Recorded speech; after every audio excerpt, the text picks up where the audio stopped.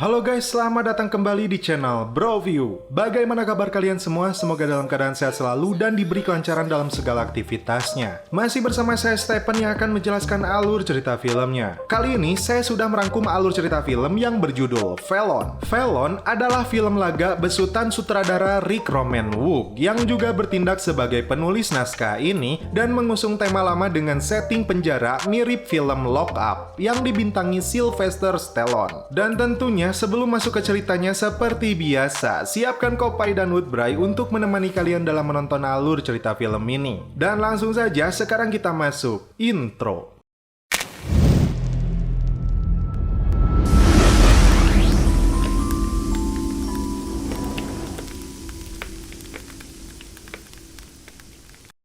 Di awal film, kita melihat sebuah keluarga kecil yang cukup bahagia. Pria ini bernama Wade Porter yang diperankan oleh Stephen Dorff. Dia mempunyai seorang calon istri yang bernama Laura dan anaknya Mickey. Mereka sedang membicarakan gaun yang akan mereka gunakan untuk acara nanti. Wade berprofesi sebagai seorang kontraktor gedung. Hari itu, mereka senang karena Wade mendapatkan pinjaman. Kebahagiaan mereka berubah ketika seorang pencuri masuk ke rumah mereka. Wade dan istrinya terbangun dari tidurnya karena mendengar ada seseorang yang masuk. Mereka kemudian melihat keadaan anaknya. Tiba-tiba, pencuri itu mencoba memukul Wade dan berusaha kabur. Wade mengejarnya karena dia berusaha mengambil sesuatu di celananya. Wade memukulnya dengan tongkat baseball, dan tak diduga pencuri itu tewas. Polisi kemudian datang dan melakukan olah TKP. Mereka tidak menemukan senjata di tubuh pelaku. Polisi yang datang harus menangkap Wade karena dituduh melakukan pembunuhan. Dia mengejar pelaku sampai keluar rumah. Seharusnya Wade tetap berada di rumah dan menelepon 911.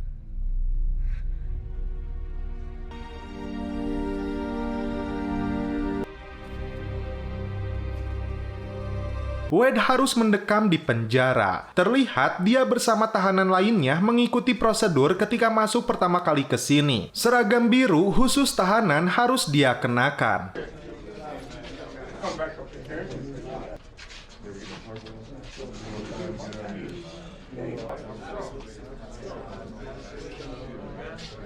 Tiba-tiba, seorang tahanan kulit hitam tanpa alasan yang jelas memukuli Wade. Tak terima dan mencoba membela dirinya, Wade melawan pria itu hingga petugas polisi masuk ke sana. Wade kemudian dibawa ke sel penjara. Di sana terlihat 3 tahanan yang berbadan besar dengan berbagai tato di tubuhnya. Wade disuruh melakukan tugas membersihkan WC seminggu 2 kali. Laura yang sedih datang mengunjunginya. Dia bertanya tentang luka lebam di wajahnya, namun Wade menjawab dia baik-baik saja. Mereka akan mencari para pembela umum. Seorang wanita bernama Mara akan membantu Wade menghadapi kasusnya. Dia harus menyiapkan $1 juta agar Wade mendapatkan jaminan kebebasannya. Akan tetapi, Wade tidak memiliki uang itu. Di penjara lain, terlihat para napi melakukan demonstrasi dan kerusuhan di sana. Pembuat keonaran ini bernama John Smith. Temannya bernama Gordon berusaha membebaskannya dengan membayar jaminan. Namun, John tidak mau dan beralasan kerusuhan itu dia lakukan karena anaknya yang sudah meninggal sedang berulang tahun. Wade diminta oleh pengacaranya untuk mengakui membunuh tidak sengaja agar dirinya dihukum kurang dari 15 bulan. Namun, jika dia kekeh merasa tidak bersalah, maka dia kemungkinan besar mendapat hukuman 15 tahun penjara. Dan ternyata, hakim memutuskan dia di penjara selama 3 tahun dan dipotong masa tahanan. Wade kemudian dibawa bersama tahanan lain untuk memasuki rumah baru mereka. Lalu, seorang tahanan di belakang tempat duduknya bernama Jack. Dia mengajak berbincang dengannya. Berpindah ke seorang sipir yang bernama Letnan Jackson yang sedang mengantar anaknya sekolah. Di mobil tahanan ini terlihat pria yang berkumis tebal bernama Danny mengeluarkan senjata kecil dari balik celananya. Tiba-tiba, dia menusukkan benda tersebut kepada seorang tahanan lain hingga dia tewas. Senjata itu kemudian diberikan kepada Wade. Sampai di gerbang penjara, pasukan keamanan sudah menunggunya. Wade disuruh mengatakan bahwa dia menemukan senjata itu di bawah kursinya. Letnan Jackson yang tadi kita lihat adalah letnan sipir penjara ini. Karena memegang senjata itu, Wade kemudian dimasukkan ke ruangan isolasi. Dia mengalami stres tingkat tinggi karena berada di ruang yang sangat sempit.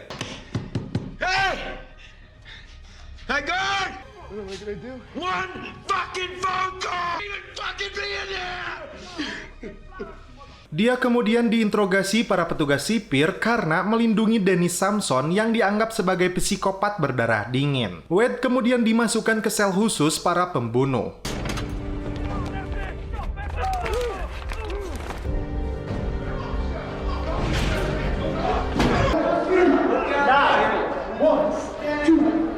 Welcome home. Dalam sehari, dia mendekam di sel selama 23 jam dan hanya 1 jam berada di halaman. Penjara ini dinamakan SHU. Wade suruh menjalani masa tahanan selama 111 hari. Seorang sipir baru bernama Collins akan bertugas di penjara ini. Dia bertugas sebagai ranger sebelum masuk ke sini. Terungkap dari pembicaraan mereka, tahanan eksklusif yang bernama John Smith juga akan ditempatkan di penjara ini. Dua petugas sipir datang membangunkan Wade untuk membawanya ke sebuah halaman. Sebelum menuju ke sana, Wade harus mengikuti prosedur untuk menghindari senjata tajam yang kemungkinan bisa saja dia bawa. Setelah dinyatakan bersih, Wade dibawa ke halaman ini. Dan rupanya, halaman itu adalah sebuah tempat untuk para tahanan saling bertarung. Tiba-tiba, pertarungan di antara mereka kembali terjadi. Letnan Jackson dan anak buahnya menyaksikan mereka dari atas. Wade hanya bisa ketakutan melihat apa yang mereka lakukan.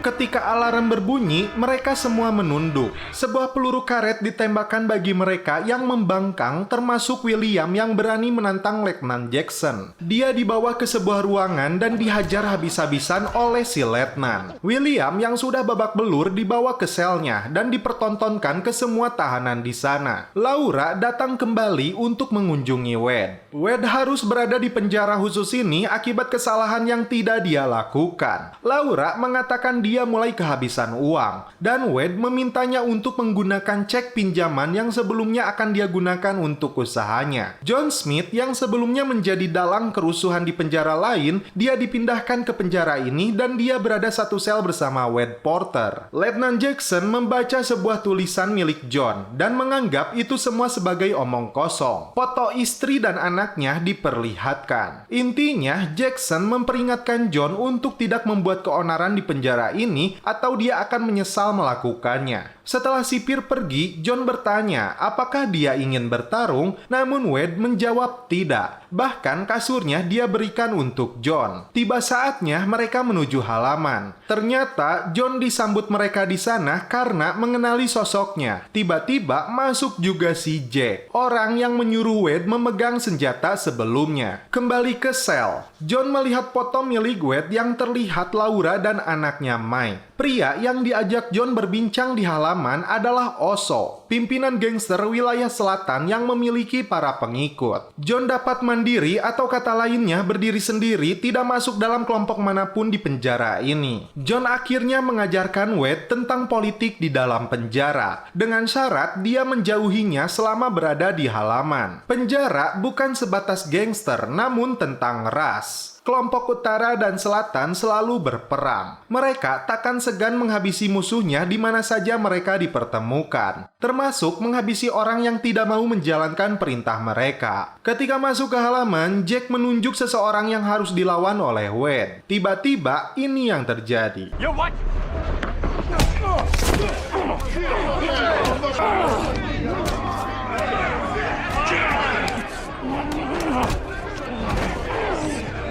Letnan Jackson memerintahkan anak buahnya, Opsir Colin, untuk menembak mereka. Namun Colin terlihat ragu dan si Jackson sendirilah yang menembaknya.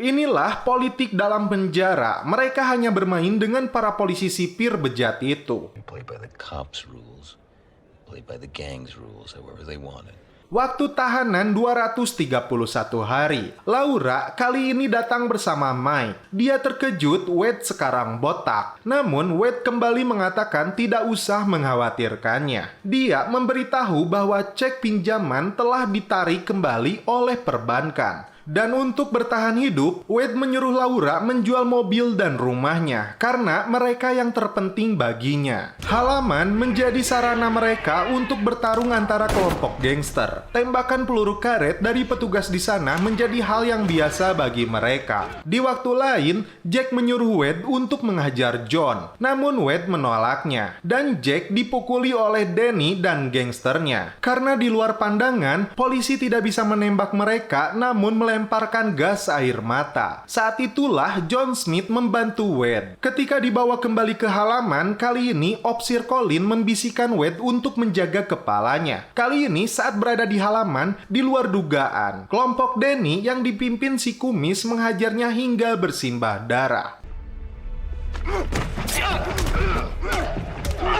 Petugas yang melihat itu langsung menembakkan peluru karet. Letnan Bill Jackson membenci Danny Sampson setelah kejadian 5 tahun lalu karena menyemprot dirinya hingga dia terkena hepatitis A dan menular kepada istri dan anaknya. John menunjukkan tato di tangannya yang berkaitan dengan hari penting dia dan keluarganya. Bahkan dia telah mempersiapkan tato untuk hari berkumpul mereka kembali.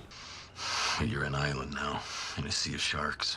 Di lapangan baseball, saat sedang menonton pertandingan anaknya, anak buah Letnan Jackson ini khawatir dengan aksi mereka mengadu domba para tahanan untuk bertarung. Meskipun mereka mendapatkan keuntungan besar karena melakukan hal ini. Akhirnya, Laura harus ikhlas karena rumah dia dan Wade sudah terjual. Di saat malam harinya, Wade mimpi buruk karena kejadian pembunuhan itu. Namun John mengatakan dia telah melakukan hal yang benar karena melindungi keluarganya. Lalu Wade bertanya kepada John mengapa dia membunuh orang lain bukan kedua orang itu. Ternyata John menjadi seorang psikopat setelah anak dan istrinya dibunuh. Dia membunuh anggota keluarga mereka yang berjumlah 17 orang untuk merasakan kesedihan yang dia rasakan. Hingga akhirnya dia pun menghabisi pelakunya. John berharap dirinya dihukum mati, namun hakim tidak mengabulkannya. Laura terpancing emosinya karena tidak berhasil menjual rumah itu dengan angka yang diharapkan oleh Wade. Laura merasa hidupnya berantakan semenjak Wade di penjara. Kembali ke halaman ketika John berusaha menguatkan Wade. Muncul seseorang untuk melawan Wade. Seorang petugas berbaju polisi datang melihat aksi ini ditemani si Letnan.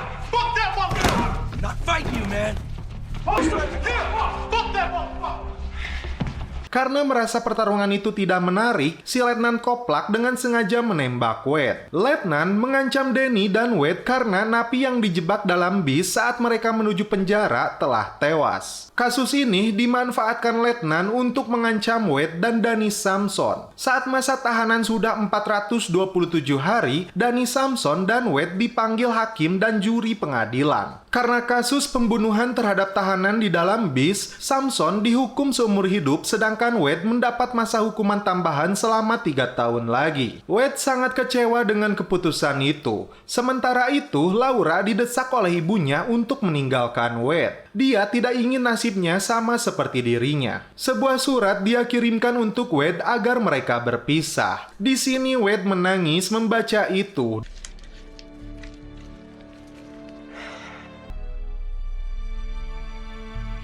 Dan dia melepaskan emosinya kepada anak buah Sampson. Hingga Colin terpaksa menembaknya kembali.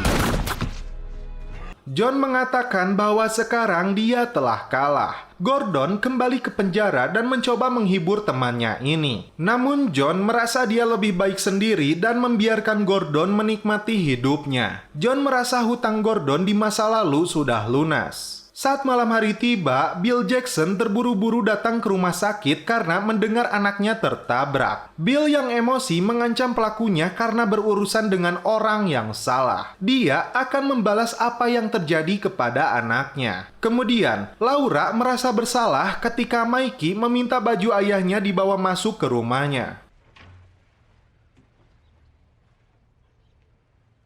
Dia kemudian mengunjungi Wade dan mengatakan penyesalannya. Mereka membutuhkan Wade dan akan menunggu sampai dia keluar. Well, I will. However long it takes.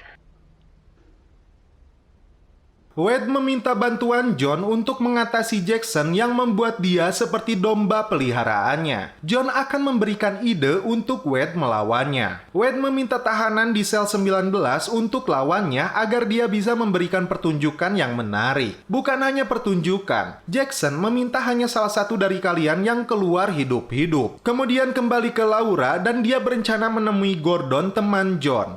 Can I help you? Mr. Camrose? Yeah. Masa tahanan 457 hari. Wade akan dimasukkan halaman untuk bertarung sampai mati. Opsir Colin yang tidak setuju dengan perbuatan komandannya membantu rencana Wade. Gordon ditemani Laura dan seseorang akan mengungkap kejahatan para sipir ini yang dipimpin oleh si Letnan Jackson. Wade dan John kembali dimasukkan ke ruang halaman. Wade langsung melawan pria yang sudah menunggunya.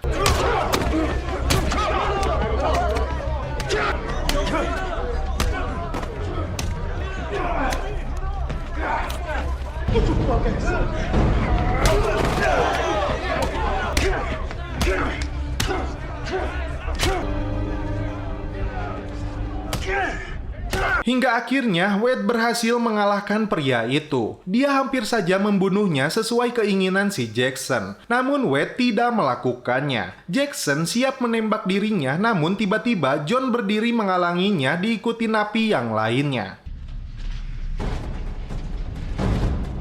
Sementara itu, Opsir Colin melihat rekaman video dan akan melakukan sesuatu. Wade dan John kembali dimasukkan ke ruang halaman. Kali ini, Letnan Jackson dan anak buahnya yang masuk untuk menghajar Wade. Namun Robert memutuskan keluar dari sana. Colin menyalakan rekaman video di halaman ini tanpa sepengetahuan petugas lain. Ketika Jackson akan menghajar mereka berdua, tak diduga, John melawan Jackson dan menyayat lehernya hingga tewas. Namun naas, John pun harus tewas sesuai keinginannya untuk bertemu istri dan anak-anaknya. Laura ditemani Gordon dan petugas FBI datang ke penjara ini. Dengan melihat rekaman di SHU, disitulah terungkap fakta sebenarnya. Wade mengucapkan terima kasih kepada Colin. Dan menurut FBI, Wade akan dikeluarkan sesuai hukuman aslinya. Gordon ternyata kapten kapal yang telah menjaga John selama 20 tahun. Mereka mengenang setiap kebaikan dari John. Dan Jack, pengkhianat sebenarnya, dimasukkan satu sel dengan Danny Samson. Singkat cerita, Wade keluar dari penjara disambut oleh Laura dan anaknya. Dan film pun berakhir. Oke guys, bagaimana menurut kalian alur cerita film dari Felon ini? Miris juga sih, dari sebuah keluarga yang akan hidup bahagia gitu kan. Terus dia terjebak dalam sebuah pembelaan diri, tapi dia harus masuk ke dalam penjara. Dan di dalam penjara ternyata dia harus merasakan derita yang sebenarnya. Mulai dari dia harus mengikuti budaya di penjara itu sendiri, dan ternyata ada hal lain yang lebih menyedihkan, yaitu menjual harta benda yang telah mereka kumpulkan semasa berkeluarga. Titik terendahnya, bahkan istri seorang Wade yang masuk penjara karena membelanya, dia malah mengungkapkan untuk berpisah dengannya. Namun untungnya ada sebuah benteng yang dapat mempertemukan mereka kembali, yaitu anak. Oke guys, cukup sampai di sini alur cerita film ini. Salam penutup seperti biasa dari kami. Mohon maaf bila ada kata-kata yang kurang berkenan di hati kalian. Mohon dimaafkan ya. Salam perfilman duniawi. Keep enjoy.